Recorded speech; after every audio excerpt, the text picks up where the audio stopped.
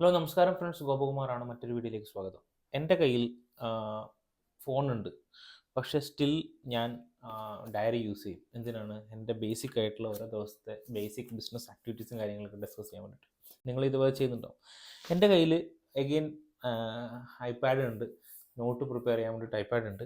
But still ഞാൻ പല സമയത്തും ഈ ഒരു ബുക്കിനെ ഞാൻ യൂസ് ചെയ്യും. എന്തിനാണ്? കാരണം ചിലപ്പോൾ സ്ക്രിബിൾ ചെയ്യാനും ഐഡിയാസ് വരാനും പെന്നും പെൻസിലൊക്കെ ഞാൻ യൂസ് ചെയ്യും.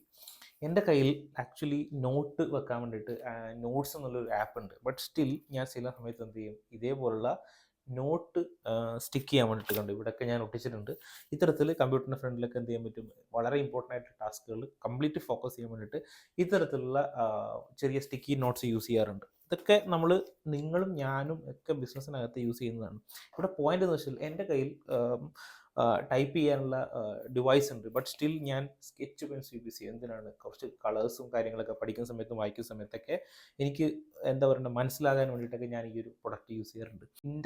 ഞാൻ ഇന്ന് പറയുന്ന ഒരു ഇൻഡസ്ട്രി എന്ന് പറഞ്ഞാൽ അത്രയും ഇൻട്രസ്റ്റ് ഉള്ള ഒരു ഇൻഡസ്ട്രിയാണ്. ഞാൻ ഇതിൻ്റെ റിപ്പോർട്ട് എടുത്ത് നോക്കിയ സമയത്ത് മനസ്സിലായ ഒരു കാര്യം എന്ന് പറഞ്ഞാൽ 8.2% ഗ്രോ CAGR ഗ്രോ ചെയ്തുകൊണ്ടിരിക്കുന്ന ഒരു സെഗ്മെൻറ്റ്. അപ്രോക്സിമേറ്റ്ലി ഒരു വർഷം നോക്കുകയാണെന്നുണ്ടെങ്കിൽ 8,000 കോടി 2028 28,700 അതേപോലെ തന്നെ 27,700 8,700 രൂപയുടെ സിഗ്മെൻറ്റഡ് ആയിട്ടുള്ള ടേൺ ഓവർ വരാൻ സാധ്യതയുള്ള ഒരു ഹ്യൂജ് മാർക്കറ്റിനെ കുറിച്ചാണ് നമ്മൾ ഡിസ്കസ് ചെയ്യുന്നത്. മറ്റൊന്നുമല്ല, സ്റ്റേഷനറി മാർക്കറ്റ്. നിങ്ങൾക്ക് സ്റ്റേഷനറി മാർക്കറ്റിൽ എങ്ങനെ ഒരു നല്ലൊരു ബിസിനസ് കണ്ടെത്താം, എന്താണ് ഇതിൻ്റെ ഓപ്പർച്യൂണിറ്റീസ്, എന്തൊക്കെ സെഗ്മെൻറ്റുകളാണുള്ളത്, ഇതിൻ്റെ മാർക്കറ്റ് റിസർച്ച് ചെയ്തിട്ടുള്ള അനലൈസ് ചെയ്തിട്ടുള്ള ഏറ്റവും ബെറ്റർ ആയിട്ടുള്ള ഇൻഡസ്ട്രികൾ ഏതാണ്, കീ പ്ലെയേഴ്സ് ആരൊക്കെയാണ്, എങ്ങനെയൊക്കെ നിങ്ങൾക്ക് ഇതിനകത്ത് ബ്രാൻഡ് ആവാം, എങ്ങനെയൊക്കെ നിങ്ങൾക്ക് ഇതിനകത്ത് ബ്രാൻഡ് അല്ലാതെയും വരുമാനങ്ങൾ ഉണ്ടാക്കാനുള്ള ഫുൾ കാര്യങ്ങളാണ് നമ്മൾ ഇന്നത്തെ വീഡിയോയിൽ ഡിസ്കസ് ചെയ്യാൻ പോകുന്നത്. ഒട്ടും താമസിക്കുന്നില്ല, വെൽക്കം ടു വീഡിയോ. നമസ്കാരം ഫ്രണ്ട്സ്, ഞാൻ ഗോപകുമാറാണ്. കഴിഞ്ഞ 3 വർഷമായിട്ട് നിങ്ങൾക്ക് ബിസിനസ് ഐഡിയാസും ബിസിനസ് സ്ട്രാറ്റജീസും പറഞ്ഞു തരുന്ന ഒരു വ്യക്തി എന്ന നിലയിൽ ഞാൻ നിങ്ങളോട് റിക്വസ്റ്റ് ചെയ്യുകയാണ്. നിങ്ങൾ ആദ്യമായിട്ടാണ് ഈ ഒരു വീഡിയോ കാണുന്നതെങ്കിൽ തീർച്ചയായിട്ടും നമ്മുടെ ചാനൽ ഒന്ന് തംസപ്പ് അടിക്കുക. തീർച്ചയായിട്ടും നിങ്ങൾക്ക് ഇഷ്ടപ്പെട്ടെങ്കിൽ നമ്മളെ ചാനൽ ഒന്ന് സബ്സ്ക്രൈബ് ചെയ്യാനും മറക്കരുത്. ഇന്ന് നമ്മൾക്ക് ഈ സെഗ്മെൻറ്റ് നോക്കാം.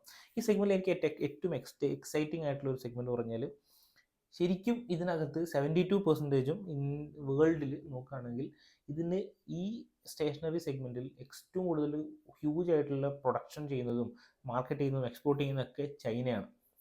ഇന്ത്യ വെറും 5ാം സ്ഥാനത്ത് മാത്രമേ ഉള്ളൂ, വളരെ കുറഞ്ഞൊരു പെർസെൻറ്റേജ്. അതായത് വേൾഡ് മാർക്കറ്റ് നോക്കുകയാണെങ്കിൽ 59.6 ബില്യൻ്റെ മാർക്കറ്റാണ്. അതിനകത്ത് വെറും 0.55% മാത്രമാണ് ഇന്ത്യ ചെയ്യുന്നത്. അത്രയും കുറവാണ്. പക്ഷേ നമ്മൾ ഇന്ത്യയിലുള്ള ഒരു ഗുണം എന്താണ്, നമ്മളിപ്പോൾ മേക്ക് ഇൻ ഇന്ത്യ എന്നുള്ള കോൺസെപ്റ്റൊക്കെ വരുന്നതുകൊണ്ട് തന്നെ നമ്മുടെ നാട്ടിൽ ഇത്തരത്തിലുള്ള സ്റ്റേഷനറി സെഗ്മെൻറ്റിൽ ഹ്യൂജ് ഡിമാൻഡുകളുണ്ട്. അപ്പോൾ മോസ്റ്റ്ലി ഇന്ത്യൻ പ്രൊഡക്ട്സുകളാണ് എല്ലാ ആൾക്കാരും പ്രിഫർ ചെയ്യുന്നത്. ഇതിൽ തന്നെ ഞാൻ ആക്ച്വലി ഒരു ഡാറ്റ നിങ്ങൾക്ക് എടുത്തു തരാം. അതായത് ഇതിനകത്ത് ഏതൊക്കെ സെഗ്മെൻറ്റുകളാണെന്ന് നോക്കാം. ഇതിനകത്ത് പല ടൈപ്പ് ഓഫ് മെറ്റീരിയൽ, സ്റ്റേഷനറി എന്ന് പറയുന്ന സമയത്ത് പല സെഗ്മെൻറ്റുകളുണ്ട്. മൊത്തം നിങ്ങൾ ഗ്ലോബൽ സ്റ്റേഷനറി മാർക്കറ്റ് എടുത്തു കഴിഞ്ഞാൽ അതിനെ നമുക്ക് പല സെഗ്മെൻറ്റുകളായി തിരിക്കാം. അതിനകത്ത് ഫസ്റ്റ് എന്ന് പറയുന്നത് പ്രൈമറി എന്താ പറയുക, റൈറ്റിംഗ് പേപ്പർ എന്നുള്ള സെഗ്മെൻറ്റാണ്. സ്റ്റേഷനറിയിൽ ആദ്യം വരുന്നത് ഏറ്റവും കൂടുതൽ മാർക്കറ്റ് ഹോൾഡ് ചെയ്യുന്ന ഒരു സെഗ്മെൻറ്റ് ഇതാണ്. പേപ്പേഴ്സ്, അതേപോലെ തന്നെ പേപ്പർ റിലേറ്റഡ് ആയിട്ടുള്ള പ്രൊഡക്റ്റുകൾ, ബുക്സ്, അതൊക്കെ വരുന്നതാണ് ഈ സെഗ്മെൻറ്റ്. രണ്ടാമത് വരുന്നതാണ് സ്കൂൾ ബേസ്ഡ് ആയിട്ടുള്ള സ്റ്റേഷനറീസ്. ഓക്കെ. മൂന്നാമത് വരുന്ന ഓഫീസ് ബേസ്ഡ് ആയിട്ടുള്ള സ്റ്റേഷനറീസ്. നാലാമത് വരുന്ന പെൻ ആൻഡ് റൈറ്റിംഗ് ഇൻസ്ട്രുമെൻറ്റ്സ് എന്നുള്ള സെഗ്മെൻറ്റ്. അഞ്ചാമത് ഫൈൻ ആർട്സ് ബേസ്ഡ് ആയിട്ടുള്ള സ്റ്റേഷനറീസ്. ആറാമത് വരുന്നത് സ്റ്റേഷനറി അഡിസീവ്സ് ആണ് വരുന്നത്. പിന്നെ വരുന്ന ആ പ്രൊഡക്റ്റ് എന്ന് പറയുന്നത് എഗെയിൻ ഹോബീസ് ആൻഡ് ക്രാഫ്റ്റ്സ്. ഇത്രയും സെഗ്മെൻറ്റുകളാണ് ഓവറോൾ ആയിട്ടുള്ളത്. ഈ ഒരു സെഗ്മെൻറ്റിൽ നിങ്ങൾക്ക് ഇപ്പോൾ കറൻ്റ്ലി ഏറ്റവും പെർസെൻറ്റേജ് 31% അപ്രോക്സിമേറ്റ്ലി ഈ സ്കൂൾ ബേസ്ഡ് ആയിട്ടുള്ള സ്റ്റേഷനറീസും 34% approximately printing and writing material. ബാക്കിയൊക്കെ ചെറിയ പെർസെൻറ്റേജ് മാത്രമേ ഉള്ളൂ. ഇതിനകത്ത് നിങ്ങൾ നോക്കുകയാണെങ്കിൽ ഇന്ത്യയിൽ 2017 അപ്രോക്സിമേറ്റ്ലി 17,000 കോടി രൂപയുടെ ബിസിനസ്സാണ് ഈ പേപ്പർ സ്റ്റേഷനറിയിൽ ഉണ്ടായിട്ടുള്ളത്. 8,850 കോടി രൂപയുടെ ബിസിനസ്സാണ് റൈറ്റിംഗ് ഇൻസ്ട്രുമെൻറ്റ്സിലുണ്ടായത്. ഓഫീസ് സപ്ലൈസും ബാക്കിയൊക്കെ വളരെ ചെറുതാണ്. പക്ഷേ ഇപ്പോൾ കൂടി വരുന്നതോടും ഇപ്പോൾ 2028 വരുന്ന ഒരു പ്രൊജക്ഷൻ നോക്കുകയാണെങ്കിൽ അപ്രോക്സിമേറ്റ്ലി 2,700 രൂപയുടെ 17,000 നിന്നും 28,700 കോടി രൂപയുടെ സെഗ്മെൻറ്റിലേക്കാണ് പേപ്പർ സ്റ്റേഷനറി മാത്രം മാറുന്നത്.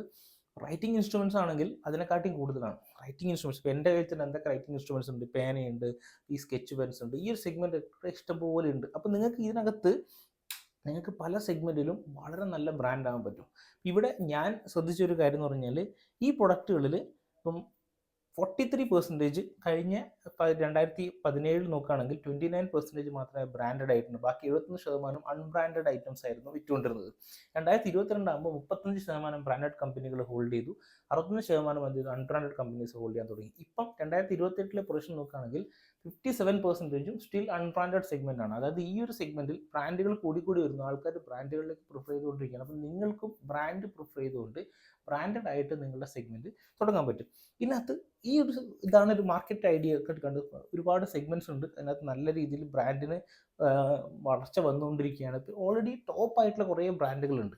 എക്സാമ്പിൾ പറഞ്ഞാൽ ബല്ലാപ്പൂർ ഇൻഡസ്ട്രീസ് എന്നൊരു ബ്രാൻഡ് ഉണ്ട്, അതേപോലെ തന്നെ സെല്ലോ എന്ന് പറഞ്ഞിട്ടുള്ള ഒരു ബ്രാൻഡ് ഉണ്ട്, ഡോംസ് ഇൻഡസ്ട്രീസ് എന്നൊരു ബ്രാൻഡ് ഉണ്ട്, ഫേബർ കാസ്റ്റൽ എന്നൊരു ബ്രാൻഡ് ഉണ്ട്, ഹിന്ദുസ്ഥാൻ പെൻസിൽ എന്നൊരു ബ്രാൻഡ് ഉണ്ട്, JK പേപ്പർ എന്നൊരു ബ്രാൻഡ് ഉണ്ട്, ITs. ഈ കമ്പനീസ് ഒക്കെ ഒരുപാട് പ്രൊഡക്റ്റുകൾ ചെയ്യുന്നുണ്ട് അല്ലേ.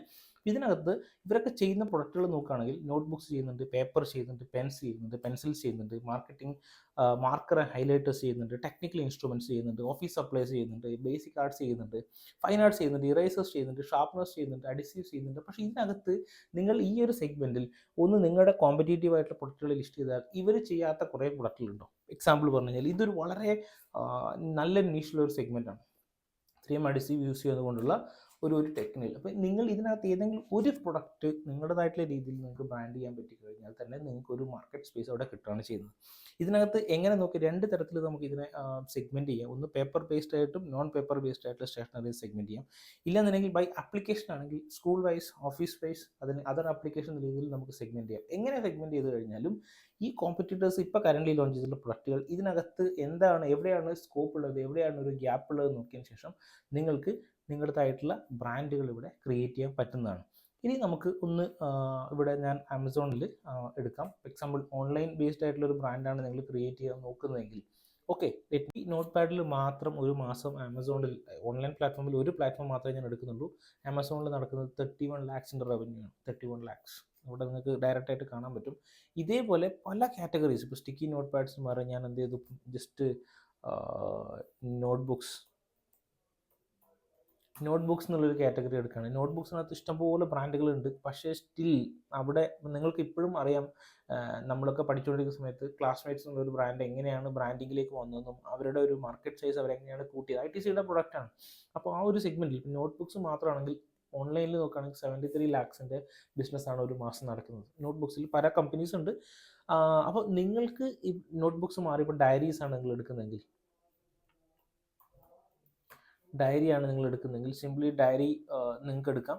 കുട്ടികളുടെ ഡയറി എടുക്കാം, ഓഫീസ് ബേസ്ഡ് ആയിട്ടുള്ള ഡയറീസ് എടുക്കാം, അല്ലെങ്കിൽ ജേർണൽസ് ബേസ്ഡ് ആയിട്ടുള്ള ഡയറീസ് എടുക്കാം. അതൊക്കെ പല പല കാറ്റഗറിയാണ്. ബട്ട് സ്റ്റിൽ ഡയറി എന്നുള്ളൊരു കീവേഡിൽ മാത്രം ഓൺലൈനിൽ നടക്കുന്ന സെയിലിൻ്റെ ഒരു ടോട്ടൽ റവന്യൂ എന്ന് പറയുന്നത് again 76 lakhs ആണ്. അപ്പോൾ ഇതാണ് ഓപ്പർച്യൂണിറ്റി എന്ന് പറയുന്നത്. അപ്പോൾ ഈ ഒരു ഓപ്പർച്യൂണിറ്റി മനസ്സിലാക്കിക്കൊണ്ട് നിങ്ങൾക്ക് ഒരു ബ്രാൻഡ് ക്രിയേറ്റ് ചെയ്യാം. പക്ഷേ ഇവിടെ ചലഞ്ചസ് ഉണ്ട് കേട്ടോ. ചലഞ്ചസ് എന്ന് പറയുന്നത് വളരെ ഇമ്പോർട്ടൻ്റ് ആയിട്ടുള്ള ചലഞ്ചസ് ആണ്. കാരണം ഈ ചലഞ്ചസ് ഒന്നെന്ന് പറയുന്നത്, ഇപ്പോൾ നിങ്ങൾ പേപ്പർ ബേസ്ഡ് ആയിട്ടുള്ള ഒരു പ്രൊഡക്റ്റ് ആണെങ്കിലും നോൺ പേപ്പർ ബേസ്ഡ് ആയിട്ടുള്ള ഒരു പ്രൊഡക്റ്റ് ആണെന്നുണ്ടെങ്കിലും രണ്ട് തരത്തിലുള്ള ചലഞ്ചസ് വരുന്നു. ഒന്ന് പറഞ്ഞാൽ സപ്ലൈസിനെ കിട്ടാനുള്ള ബുദ്ധിമുട്ട്, അതാണ് ഒന്ന്. രണ്ട് എന്ന് പറയുന്നത് ഈ പ്രൈസിൻ്റെ റോ മെറ്റീരിയൽസിൻ്റെ വോളറ്റൈലിറ്റി, അതായത് ചില സമയത്ത് പ്രൈസ് കൂടും, ചില സമയത്ത് പ്രൈസ് കുറയും, അത്തരത്തിലൊരു സംഭവം. മൂന്നാമത് പറഞ്ഞിട്ട് കോമ്പറ്റീഷനാണ്. ഈ ഒരു പ്രൊഡക്റ്റിന് വരുന്ന ടോട്ടൽ കോമ്പറ്റീഷനാണ്. ഇത് മൂന്നും ഇല്ലാത്ത, ഓൾറെഡി വലിയ ബ്രാൻഡുകൾ എസ്റ്റാബ്ലിഷ് ചെയ്യാത്ത വളരെ നീഷ് ആയിട്ടുള്ള സ്റ്റേഷനറി ബേസ്ഡ് ആയിട്ടുള്ള പ്രൊഡക്റ്റ് ആണെന്നുണ്ടെങ്കിൽ നമുക്ക് പെട്ടെന്ന് ഒരു ബ്രാൻഡായിട്ട് പ്രൊവൈഡ് ചെയ്യാൻ പറ്റും, നമുക്ക് പെട്ടെന്നായിട്ടൊരു ബ്രാൻഡായിട്ട് വരാൻ പറ്റും. അപ്പോൾ ഈ ഒരു segment it's very good. Because 3-4 options ആണ്. കാരണം ഇന്ത്യയിൽ സ്കൂൾ എൻറോൾമെൻറ്റ്സ് കൂടിക്കൊണ്ടിരിക്കുകയാണ്, ഗവൺമെൻറ് ഈ എഡ്യൂക്കേഷൻ സെക്ടറിൽ നല്ലോണം ഇൻവെസ്റ്റ് ചെയ്യുകയാണ്, അതേപോലെ തന്നെ ബജറ്റ് അലൊക്കേഷൻസ് വരികയാണ്. 80% ഇന്ത്യയിലുള്ള 80% ആൾക്കാർ 50 വയസ്സിന് താഴെയുള്ള ആൾക്കാരാണ്. അതായത് വർക്ക് ചെയ്തുകൊണ്ടിരിക്കുന്ന ആൾക്കാരാണ്, എഡ്യൂക്കേഷൻസിലേക്ക് കടന്നുകൊണ്ടിരിക്കുന്ന ആൾക്കാരാണ്. അപ്പോൾ ഇവർക്ക് എന്തായിട്ടും വേണ്ട കുറേ ബേസിക് പ്രൊഡക്റ്റുകളാണ് ഇതൊക്കെ. അപ്പോൾ ഈ മാർക്കറ്റിനെ കാറ്റർ ചെയ്യാതെ പോയി കഴിഞ്ഞാൽ ഓൾറെഡി എക്സിസ്റ്റിംഗ് ആയിട്ടുള്ള ബ്രാൻഡിന് ഈ റവന്യൂ ഡിവൈഡ് ആയിപ്പോൾ നിങ്ങൾക്ക് ഒരു ബിസിനസ് തുടങ്ങണമെന്നുണ്ടെങ്കിൽ സ്റ്റേഷനറി സെഗ്മെൻറ്റിൽ നിങ്ങൾക്ക് രണ്ട് തരത്തിലും തുടങ്ങാം. ഓൺലൈനിൽ തുടങ്ങാം, ഓഫ്ലൈനിൽ തുടങ്ങാം. ഓൺലൈൻ ആണ് എന്നുണ്ടെങ്കിൽ നിങ്ങൾ ഏറ്റവും ബെസ്റ്റ് ആയിട്ടുള്ള നീഷിലേക്ക് പോകുക, അതിൻ്റെതായിട്ടുള്ള ബ്രാൻഡിങ്ങിലേക്ക് പോയി ചെയ്യാം. ഓഫ്ലൈൻ ആണെങ്കിലോ തൊട്ടടുത്തുള്ള ഷോപ്പുകളും കടകളും ഒക്കെ നിങ്ങൾക്ക് കേന്ദ്രീകരിച്ചുകൊണ്ട് ഒരു ഡിസ്ട്രിബ്യൂഷൻ ശൃംഖല നിങ്ങൾക്ക് ഉണ്ടാക്കാൻ പറ്റും. ഇനി ഇതൊന്നും എനിക്ക് വേണ്ട, എനിക്കൊരു എക്സിസ്റ്റിംഗ് ആയിട്ടുള്ള ഇതിന് ഞാൻ പറഞ്ഞു 2-3 വലിയ വലിയ ബ്രാൻഡുകൾ ഉണ്ടെന്നുകൊണ്ട് ഈ ബ്രാൻഡുകളുടെ ഡിസ്ട്രിബ്യൂഷൻഷിപ്പ് എടുത്തുകൊണ്ട് ആ ഒരു രീതിയിൽ നിങ്ങൾക്ക് സുഖസുന്ദരമായിട്ട് എന്ത് ചെയ്യാൻ പറ്റും, നിങ്ങളുടെ സെഗ്മെൻറ്റുകൾ നിങ്ങൾക്ക് വർക്കൗട്ട് ചെയ്യാൻ പറ്റും. ഇതാണ് ഈ ഒരു ബിസിനസ്സിനെ കുറിച്ചിട്ടുള്ള ഒരു ഇൻഡസ്ട്രി അവലോകനവും പ്ലസ് ഇതിൻ്റെ സ്കോപ്പും. ഇതിനകത്തൊരു ബ്രാൻഡ് ക്രിയേറ്റ് ചെയ്യാൻ നോക്കുക, ഇല്ലാന്നുണ്ടെങ്കിൽ ഒരു ഡിസ്ട്രിബ്യൂഷൻഷിപ്പ് എടുക്കാൻ നോക്കുക, ഇല്ലാന്നുണ്ടെങ്കിൽ എന്താ പറയണ്ടേ, ഇത്തരത്തിലുള്ള കമ്പനികൾ മാനുഫാക്ചർ ചെയ്യുന്ന ഫണ്ടമെൻ്റൽ ഫൗണ്ടിങ് കമ്പനി നോക്കിയിട്ട് ആ ഒരു കമ്പനിയിൽ നിങ്ങൾക്കൊരു ഇൻവെസ്റ്ററായിട്ട് രീതിയിൽ ഇപ്പോൾ ഷെയർ മാർക്കറ്റ് പോലുള്ള സംഭവങ്ങൾ ഇൻവെസ്റ്റ് ചെയ്തിട്ട് അങ്ങനെ നിങ്ങൾക്ക് വരുമാനം ഉണ്ടാക്കാൻ പറ്റും. ഇതൊക്കെ ഓപ്ഷൻസ് ആണ്. ഇതൊക്കെ നിങ്ങൾ തിങ്ക് ചെയ്തുകൊണ്ട് നിങ്ങൾക്ക് ഏറ്റവും കൂടുതൽ ഫീസിബിൾ ആയ ഏതാണോ അത് നിങ്ങൾ 100% ചെയ്യാൻ നോക്കുക എന്നുള്ളതാണ് ഈ ഒരു വീഡിയോയുടെ എസെൻസ്. അപ്പോൾ ഈ ഒരു സെഗ്മെൻറ്റ് ഞാൻ നിങ്ങൾക്ക് പരിചയപ്പെടുത്തി. ഇനി ഇതിൽ വർക്കൗട്ട് ചെയ്യാൻ ഏറ്റവും ബെറ്റർ ആയിട്ട് നിങ്ങൾക്ക് എന്ത് ചെയ്യാൻ പറ്റുന്നത് അതിനനുസരിച്ചിട്ട് സുന്ദരമായിട്ട് പോവുക. It's A huge market.